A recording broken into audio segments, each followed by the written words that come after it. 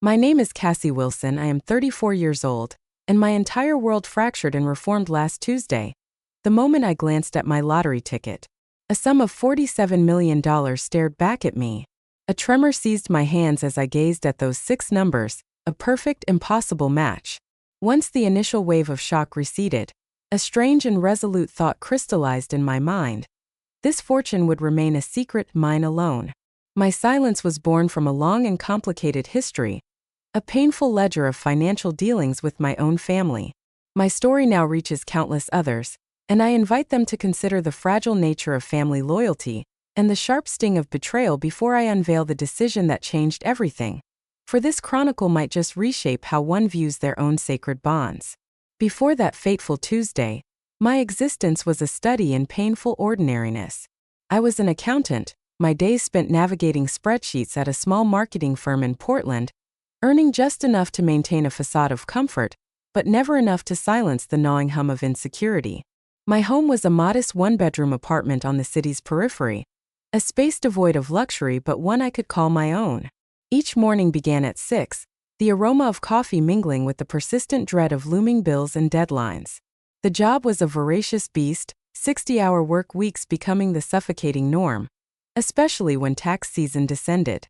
My family landscape was a minefield of complexities. My parents, Gregory and Diane Wilson, had their marriage dissolve when I was 14, and both found new partners within 2 years. My father, Gregory, a high school physics teacher, married Stephanie, a real estate agent whose tastes and lifestyle were as expensive as the properties she sold. My mother, Diane, found a new life with Warren, a successful businessman whose wealth was matched only by the iron grip he kept on every cent. I am flanked by 2 siblings. My younger sister, Lisa, 30, has always worn the mantle of the golden child, an Ivy League graduate married to a surgeon named Paul, now residing in a sprawling suburban home with 2 flawless children. Then there is my older brother, Jason, 36, a man whose charm and intelligence have never translated into stability. He drifts from one job to the next, one relationship to another, having elevated the act of borrowing money from family into a dark art form. His pattern was a cruel, predictable cycle, a desperate call laced with emotional blackmail, a solemn vow of repayment, and then a profound silence that lasted only until the next self-inflicted crisis. The extended family offered no less of a tangled web. My Aunt Martha, my mother's younger sister, stood as perhaps the sole beacon of authenticity in our circle. Surviving paycheck to paycheck as an elementary school teacher, she always materialized when it counted most. She commanded an ancient Honda that coughed and sputtered with alarming protest, lived in a small apartment overflowing with books and plants, and never once lamented her circumstances. In stark opposition was my Aunt Heather, my father's older sister, who had married into wealth and wielded it as a weapon. Holidays were her stage for dissecting everyone's life choices.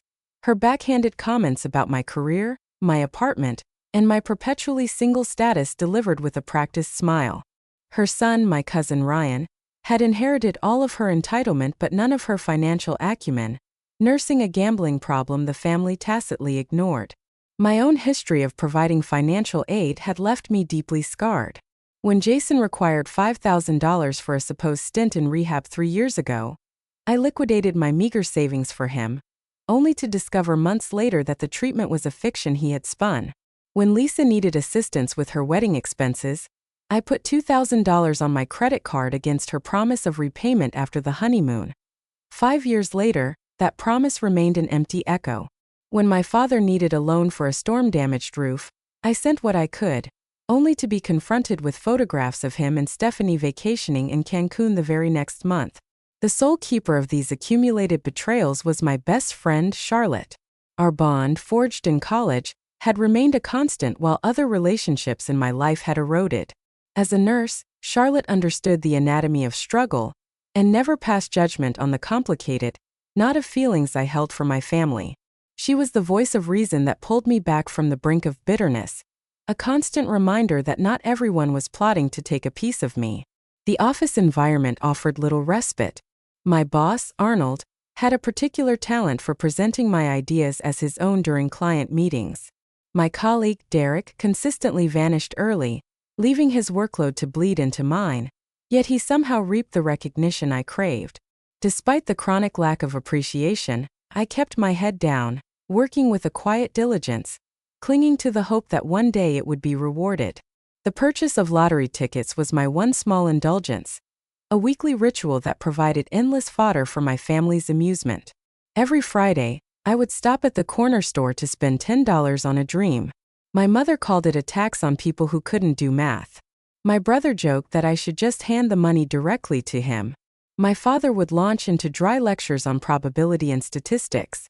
But there was something vital in those tickets, a microscopic chance at freedom that I could not bring myself to surrender, even as years slipped by with wins no greater than $20. Dreams, of course, persisted. I yearned to travel, to witness landscapes beyond the Pacific Northwest. I entertained the notion of returning to school, of earning a master's degree in a subject that actually stirred my soul. I longed for the simple security of a savings account that wouldn't be decimated by an unexpected car repair. But these aspirations felt increasingly remote as my mid-30s approached, with student loans still clinging to me and a small but stubborn credit card debt that defied my meticulous budgeting. Each month was a precarious dance of bills, groceries, and the rare dinner out with Charlotte. I was a master of frugality, clipping coupons, comparing prices, intimately aware of the best deals on everything from toilet paper to coffee. I drove a 10-year-old Corolla that protested the rain with a worrisome clatter, a replacement I simply could not afford. I had perfected the art of projecting an image of being perfectly fine while an internal calculator constantly whirred, assessing whether I could afford to accept an invitation, or if I needed to invent an excuse to remain home. This was the texture of my life before the shift. Ordinary, sometimes difficult, occasionally lonely, yet stable in its predictability. I was utterly unaware of how a single slip of paper was poised to detonate everything I believed I knew about myself and the people I called family. The day the universe pivoted was, ironically, my 34th birthday.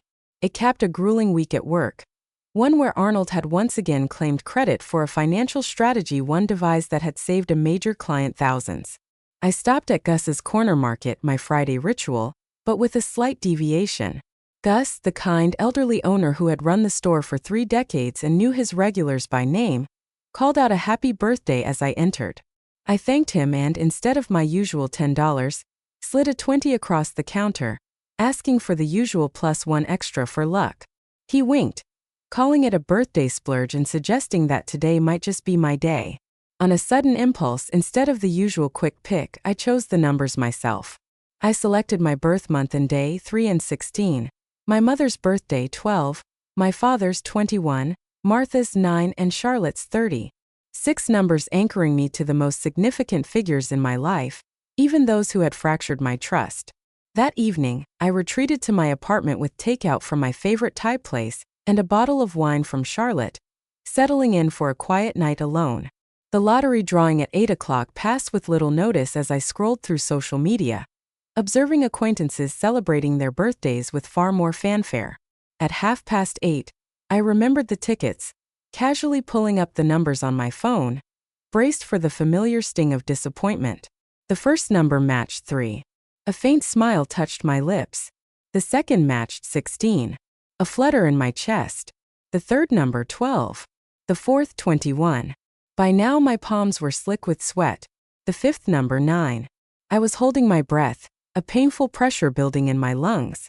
And then the sixth and final number, 30. For what felt like an eternity, I stared at my phone, my mind refusing to process the image on the screen. This couldn't be right. It had to be an error, a glitch. I checked again and then again. I switched on the television, rewinding to the live drawing. I watched, mesmerized, as each of my numbers appeared on the screen, one after another, a perfect, terrifying sequence mirroring my own. The remote slipped from my grasp, my hand trembling so violently it could no longer hold on. The word impossible was a mere whisper in the confines of my empty apartment. It was a word I repeated. The lottery's official site declared me the solitary winner of $47 million, a figure that would distill to roughly $28 million after the government took its share. An incomprehensible sum for someone who, just that morning, had felt a small thrill over a 10% off coupon for laundry detergent. Sleep was a stranger to me that night. Instead, the hours were consumed by a deep dive into the online histories of lottery winners, and what I discovered was a gallery of horrors. There were tales of lives unraveling in the wake of such a windfall, of families ripped asunder by greed. Friends and long-lost relatives materialized from the ether, their hands outstretched, their mouths full of sob stories. I read of winners who were bankrupt within 5 years, their misery more profound than it had ever been before the win. One article branded the lottery as the swiftest route to forfeiting everything one holds dear. As the first light of dawn bled through my window, my decision was forged. I would claim the prize, but its existence would be a secret I shared with no one. Not my parents, not my siblings, not even Charlotte, at least not immediately. I needed the space to comprehend this cataclysm, to architect a plan, to understand what this money truly signified for my life before the clamor of outside voices tried to dictate its meaning. That morning, for the first time in 3 years, I reported myself sick to work and secured an appointment with Philip Montgomery, an attorney whose expertise lay in financial planning and estate law. His office occupied a space in a downtown high-rise, and as I sat in the waiting room, clad in my unremarkable clothes and clutching the purse that held the winning ticket, I was consumed by the feeling of being an imposter. Philip greeted me as Miss Wilson, his hand extended. He was a man in his 50s, with salt and pepper hair and kind eyes shielded by expensive glasses, and he inquired how he might be of assistance. I drew a steadying breath and laid the ticket on the polished surface of his desk, explaining my need to claim it without my identity ever coming to light. His eyes widened for a fraction of a second as he inspected the slip of paper before he gave a professional nod, acknowledging that I had come to the correct place. Over the subsequent 2 hours, Philip meticulously detailed my options. Our state's laws permitted winners to receive their prizes through trusts or other legal entities designed to preserve their anonymity. He charted the course for establishing a blind trust, clarified the tax implications, and stressed the critical importance of assembling a team of financial advisors to manage a fortune of this magnitude. He confided that the most common error winners made was revealing their news to too many people too quickly, an action from which there was no retreat. I nodded, a wave of relief washing over me that my initial instinct had been sound. I expressed my desire to handle this correctly, to prevent the money from becoming the ruin of my life. When I departed Philip's office, armed with a folder brimming with documents and a list of next steps, I was caught in a strange confluence of elation and dread. I possessed more wealth than I had ever dared to imagine, yet I was forbidden from sharing this life-altering news with a single soul. I was now condemned to a double existence, masquerading as the same struggling accountant, while secretly navigating the world as a multi-millionaire. The next 2 weeks were a whirlwind of collaboration with Philip, a period dedicated to establishing the trust, officially claiming the prize, and opening a series of investment accounts. We constructed a comprehensive financial blueprint that guaranteed I would never face monetary anxiety again, even if I were to live for a century.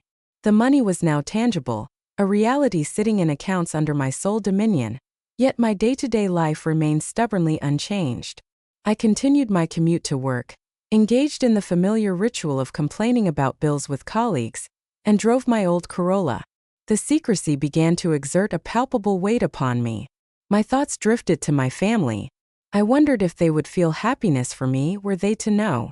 I questioned whether they would respect the boundaries I would need to set, or if they would simply see me as a walking automated teller machine. These questions haunted me until, gradually, an idea began to take shape. I pondered if there might be a way to discern my family's true reaction to my wealth without the need for a full confession. What if I could test their character before deciding who was worthy of being brought into my new reality? The plan fully crystallized one night as I lay awake, staring into the darkness above. I would fabricate a scenario in which I was the one in desperate need of financial aid. The amount would not be astronomical, but it would be significant enough to matter. I would present each family member with the identical story, the same plea for help, and observe who would extend a hand without any prospect of personal gain. Only through this trial would I discover who truly deserved a place in my new life. The following day, I met with Philip once more to confirm that my assets were securely fortified before I initiated my plan. We had structured a diversified investment portfolio, established trusts for future charitable endeavors, and created a modest personal account from which I could draw funds without arousing suspicion. The vast bulk of the fortune was safely invested, untouchable by anyone but me. Philip assured me that everything was in order, sliding a folder across his desk and confirming that my financial future was secure, adding that I could cease working tomorrow if I so chose. The notion was tantalizing, but I understood that such an abrupt shift in lifestyle would invite questions I was not yet prepared to answer.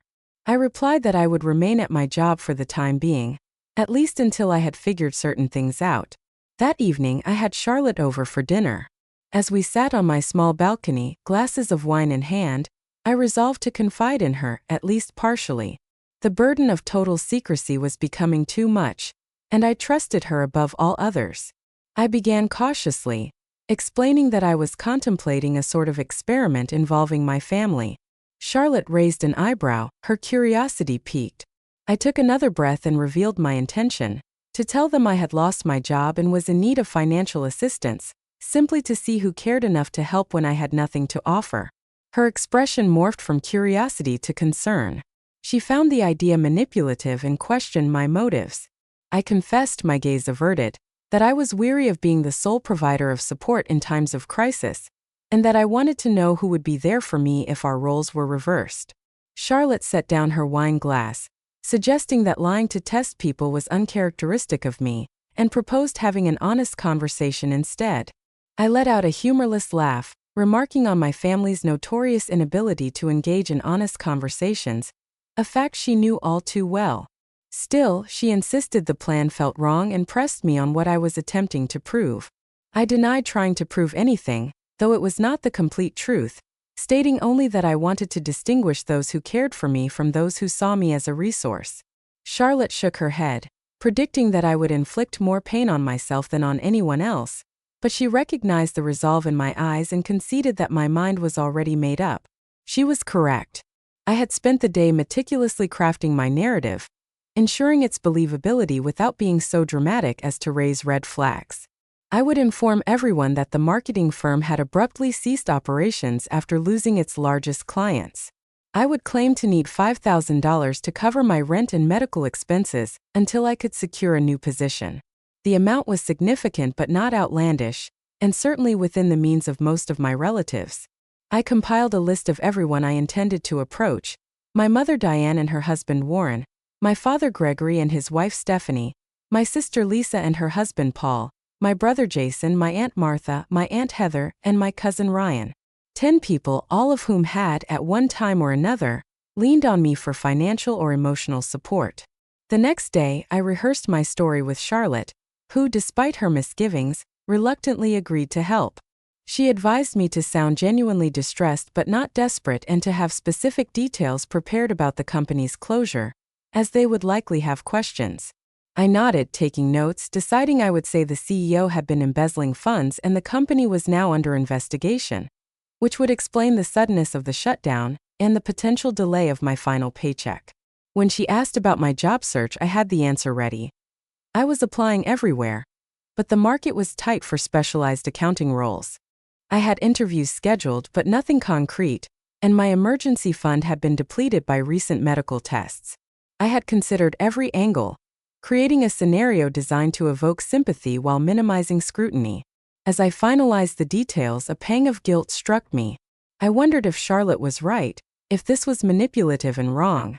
But then my mind replayed the countless times I had emptied my own accounts to aid these very people, often at great personal cost, and my resolve hardened. This was more than a test.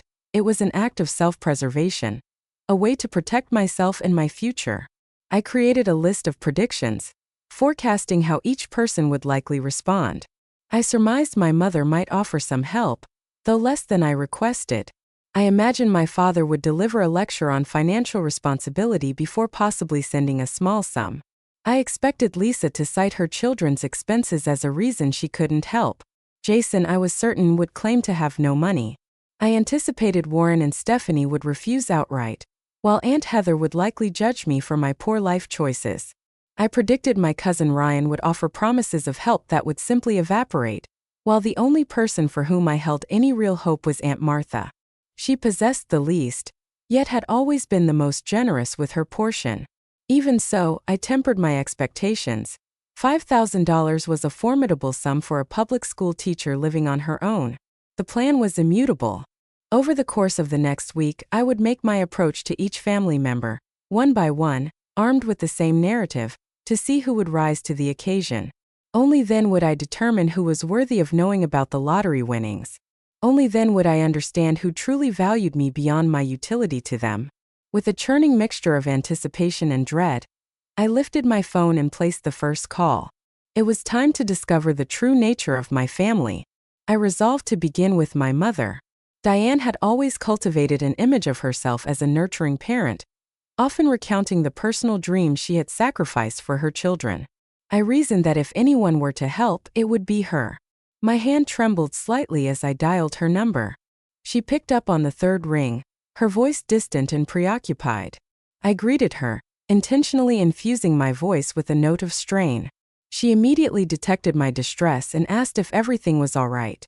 I then unspooled my carefully prepared story, detailing the company's sudden collapse, the lost income, and the precarious state of my finances. As I spoke, I could sense a shift in her breathing, a growing concern with each revelation. When I concluded, she pronounced the situation terrible and immediately began questioning me about unemployment benefits and the status of my emergency fund.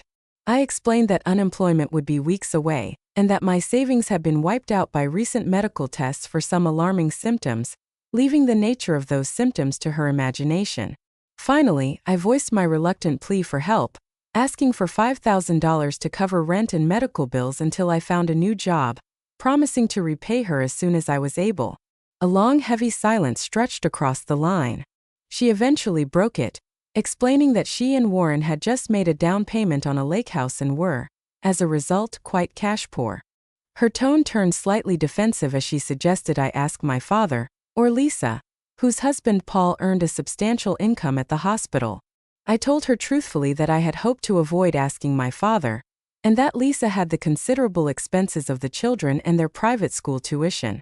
She conceded that she would speak to Warren to see what might be done, but made no promises, reminding me of his tight-fisted nature, especially concerning matters that fell outside his direct responsibility. I knew exactly what she meant. Warren had never considered me his charge, making it clear early on that his fortune was reserved for my mother and any children they might have had, which they never did. I told her to let me know as soon as possible, mentioning that my rent was due the following week. She promised she would, then offered a hollow platitude about how these things always work out for the best, and that perhaps this was a sign I should pursue a more stable career. After the call ended, I recorded her response in a journal I had begun for this very purpose. She had offered concern, but her immediate instinct was to deflect responsibility. It was not an outright refusal, but I felt certain her subsequent conversation with Warren would conveniently end with their inability to assist. The following day, I met my father, Gregory, for coffee, selecting a public venue in the hope that it might temper any negative reaction. His greeting as I sat down was an observation that I looked tired. I managed a weak smile and once again recounted my story. His face remained a stoic mask as I spoke, punctuated only by an occasional nod or frown. When I finished with my request for $5,000, he leaned back, crossing his arms over his chest. He began by slipping into his familiar teacher's voice, reminding me that he had always taught me about financial responsibility. He declared this situation to be the precise reason he had advised me to maintain 6 months of living expenses in savings at all times and demanded to know what had happened to that plan. I replied, fighting to keep the frustration from my voice, that life had happened, medical bills and car repairs, and that not everyone had the luxury of setting aside such a large sum.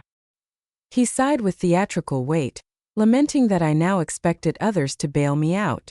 He then began to dissect my spending habits, questioning the necessity of my apartment, my cable subscription, and my streaming services.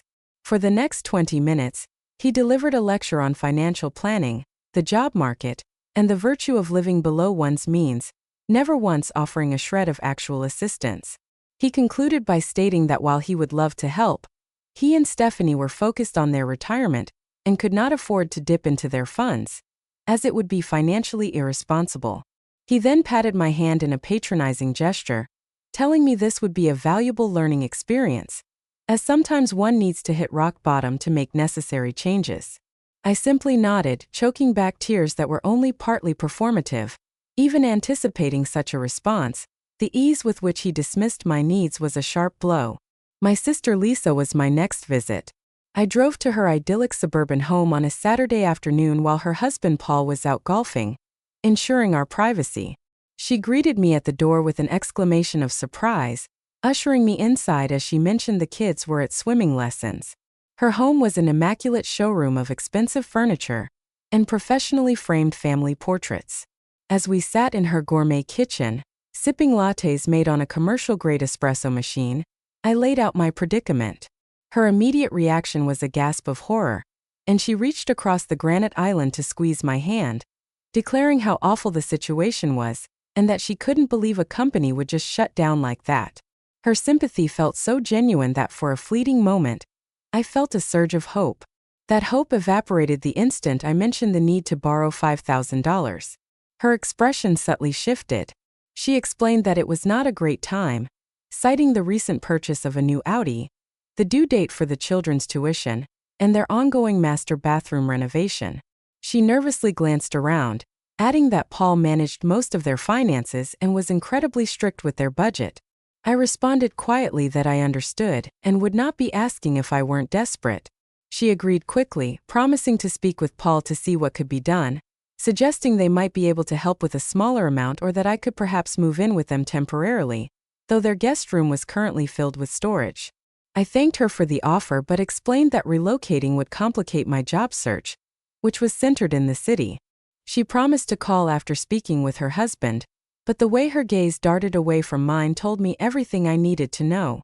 My brother Jason's response was perhaps the most profoundly disappointing. After I sent him a detailed text message explaining my situation, he replied with a brief, dismissive note saying it sucked and that he was tight on money himself, followed by a hollow promise to call me later. He never did. My follow-up messages were met with silence, and my attempts to call him went directly to voicemail. This was the same brother who had extracted thousands of dollars from me over the years, always with tearful vows of repayment that never came to pass. My stepmother Stephanie was blunt when I called, dispensing with any pretense of sympathy. She acknowledged that my situation was difficult, but stated that she and Warren were not in a position to help, suggesting it was an opportunity for me to learn better financial management and perhaps consider downsizing or getting a roommate. When I reminded her that I had helped them with repairs for their vacation cabin the previous year, she bristled, retorting that it was different because it was a family property that I also enjoyed, a claim that ignored the fact I had only been invited there once in 5 years. My stepfather Warren was even more brutal. He stated plainly over the phone that I was not his daughter, that while he had supported my mother for years, my financial problems were my own, and that perhaps I should have selected a more lucrative career.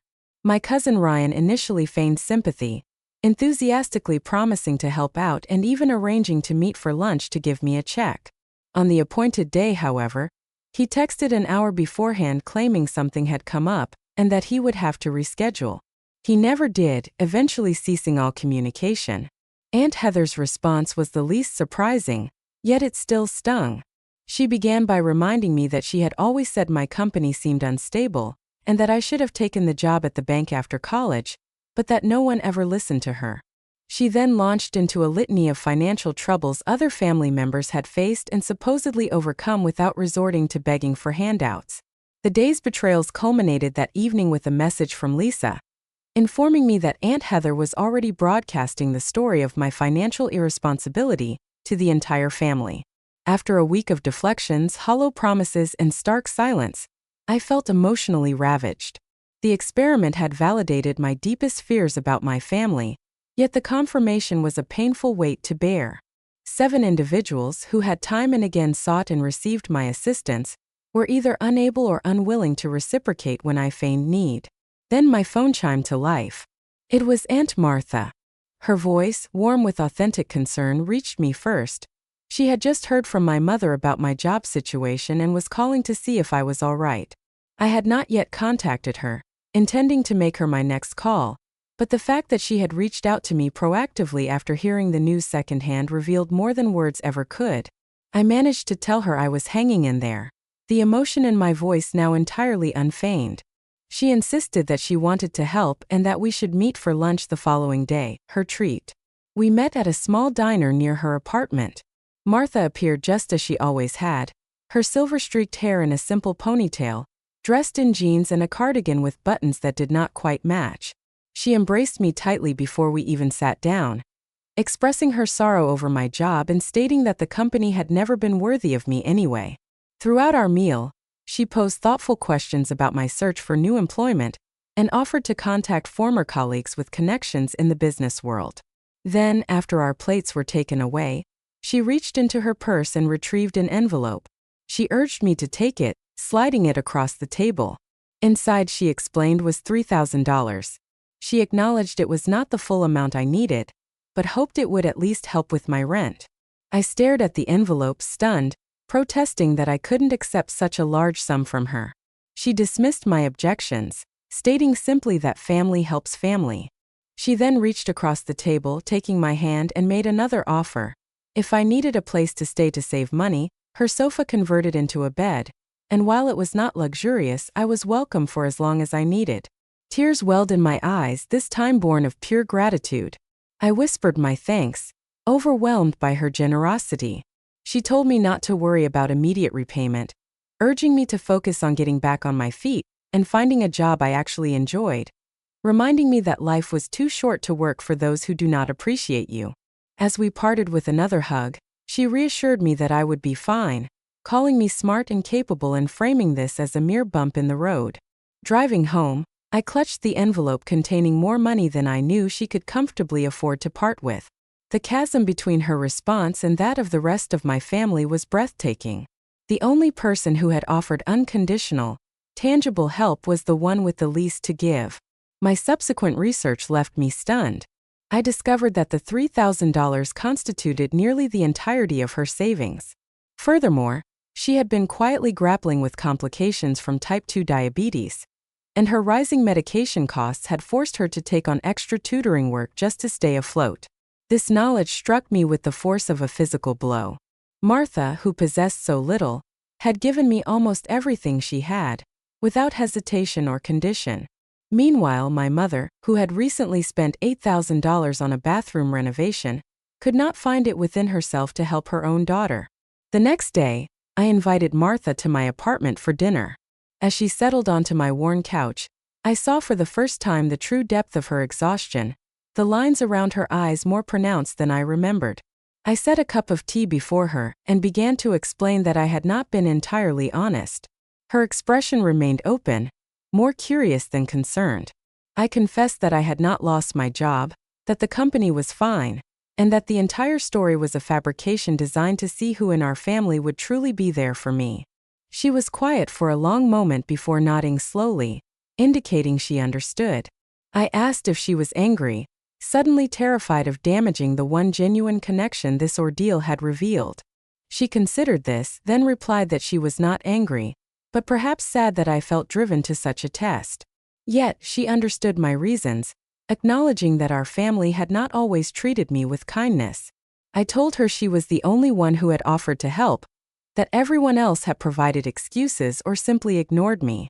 She sighed, reflecting that people reveal their true selves when giving becomes inconvenient, a lesson she had learned the hard way. When I asked what she meant, she set down her cup and recounted the real reason for her divorce from her ex-husband, Robert. The family's vague story about them growing apart was a fabrication. She explained that she had received a small inheritance of about $50,000 from her grandmother, a sum that Robert immediately wanted to invest in his friend's risky business ventures. She had wished to save it for their future, perhaps for a house. After months of fighting, she discovered he had forged her signature and withdrawn most of the money, which was then lost in a restaurant that failed within a year. She recalled how, upon confronting him, he had claimed it was our money, and he had as much right to it as she did, as if her name on the inheritance was meaningless. I was shocked, having never known this part of her history. She explained that the family preferred the tidier narrative. The point of her story, she said, was that some people view you not as a person but as a resource, a painful but necessary lesson. I expressed my sorrow for what she had endured. She acknowledged it was long ago, but that it had taught her something vital about the intersection of money and relationships. She looked at me intently, explaining that money is a powerful mirror. It reveals not only the character of others but also our own, through how we use it, share it, and speak of it. Her words struck a deep chord, and in that moment my path became clear. I told her there was something else, something significant. Taking a deep breath, I revealed that I had won the lottery 3 weeks prior. $47 million. Her eyes widened, but she remained silent, allowing me to continue. I confessed that no one else knew, not my parents, not my siblings, not even Charlotte. She was the first. She breathed my name, acknowledging the life-altering magnitude of the news. I explained that this was the reason for my test. I had to know who would stand by me without the knowledge of the money. She nodded, understanding completely, and then asked what I would do now. I admitted that was what I was trying to figure out, though my finances were secure with good advisors. The real problem was how to navigate my family. She considered this and told me I owed no one anything, not even her. But I insisted I wanted to help her with her medical costs, a better apartment, anything she needed. She smiled gently, assuring me she needed nothing. She was happy with her life, her small apartment filled with things she loved, her car that worked most of the time, her students, her books, and now a wonderful secret shared with her favorite niece. She patted my hand, stating that simply knowing I was secure and happy was enough for her. Her selflessness brought fresh tears to my eyes. Here was a woman who had offered me nearly everything when she thought I had nothing, and now asked for nothing when she knew I had millions.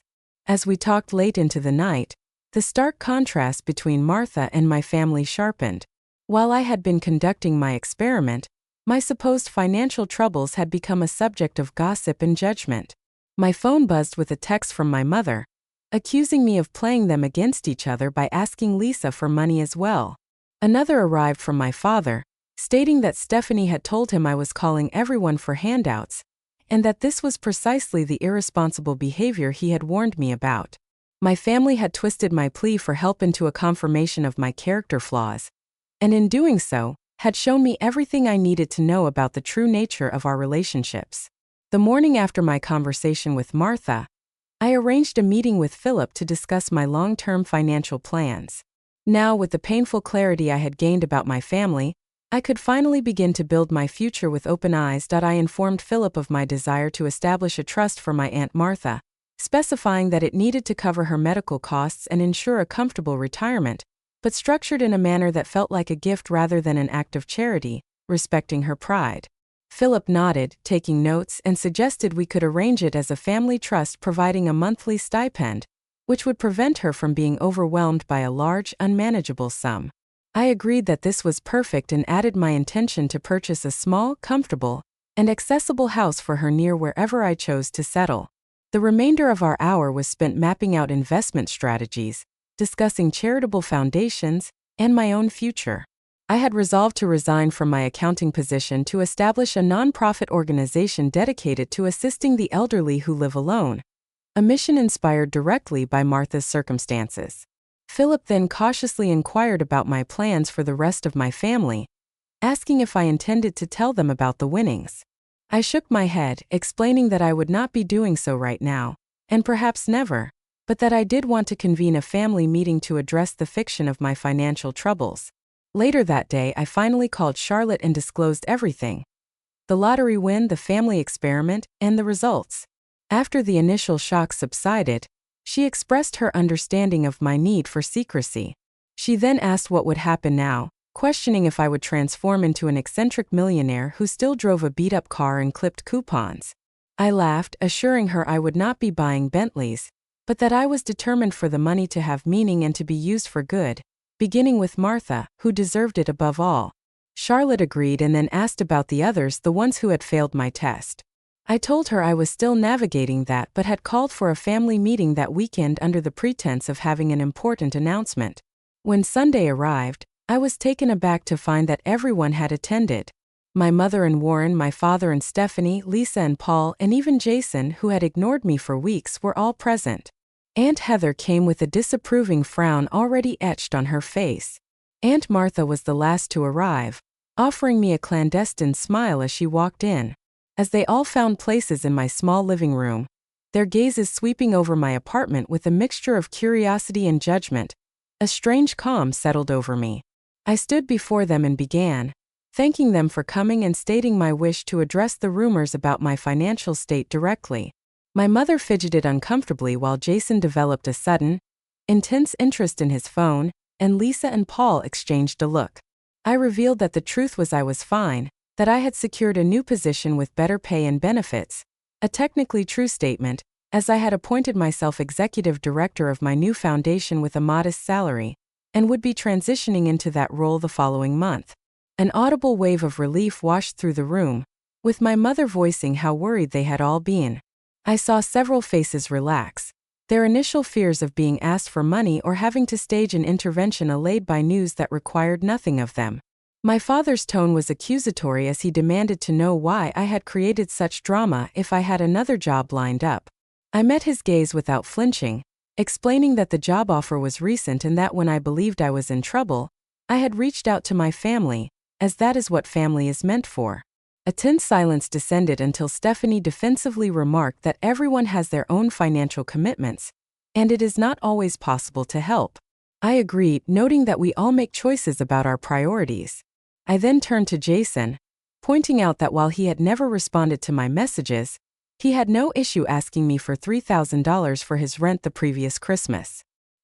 He had the decency to look ashamed, mumbling that he had been going through things and had no money to offer. I countered that a return phone call would have cost nothing. The meeting proceeded in this fashion, with me calmly but firmly highlighting the hypocrisy and lack of support I had experienced.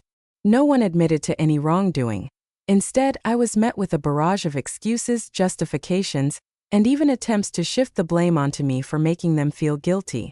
As they filed out after an uncomfortable hour, a profound sense of closure washed over me. I had not revealed the lottery win, but I had asserted myself in a way I never had before. The money had bought me something more valuable than wealth, the courage to see my relationships with clarity and to establish firm boundaries. Martha stayed behind, helping me clear away coffee cups. She told me quietly that I had done well, and that it couldn't have been easy. I replied that it had actually been easier than I had imagined, because for the first time I was not afraid of their disappointment, having realized their opinion of me was never truly based on who I was.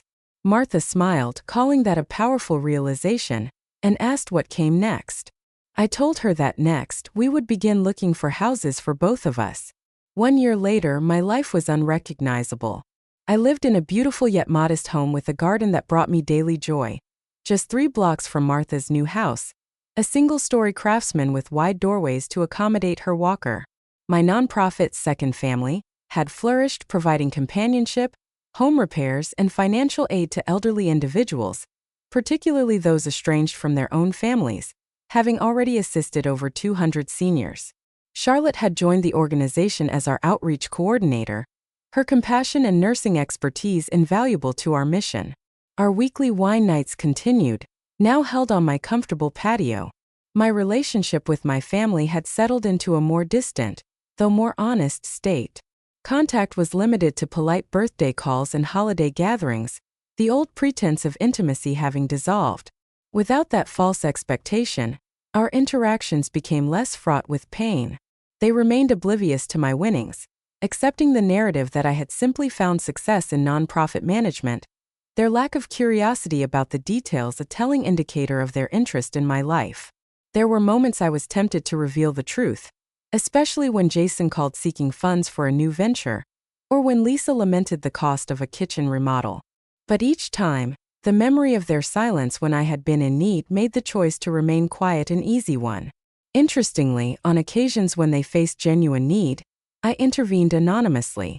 When my father had a minor heart attack, I settled his unexpected medical bills through the hospital's patient assistance fund.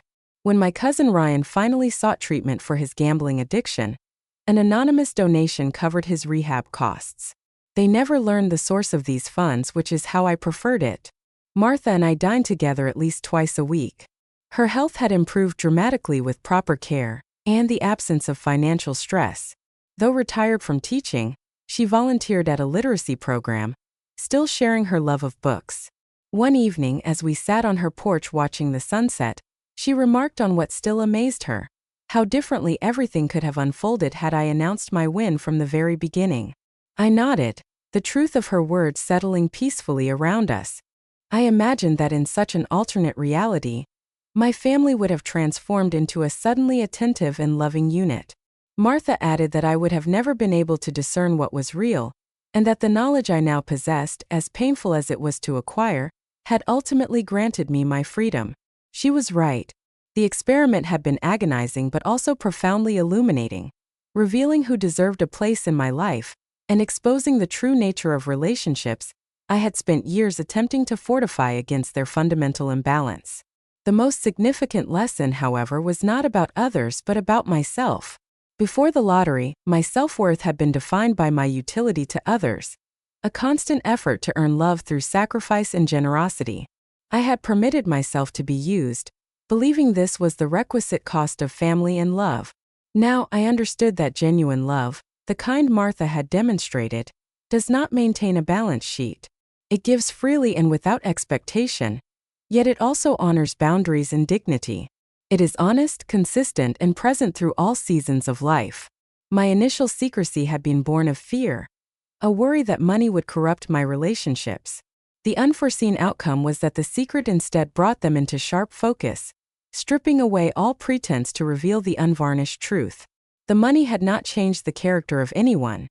It had merely cast a bright light on who they had been all along. My life was now rich in ways that had no correlation with my bank account. I possessed a sense of purpose through my foundation, a genuine connection with Martha and Charlotte, and a hard-won understanding of my own value that no external validation could alter. Perhaps most importantly, I had found peace.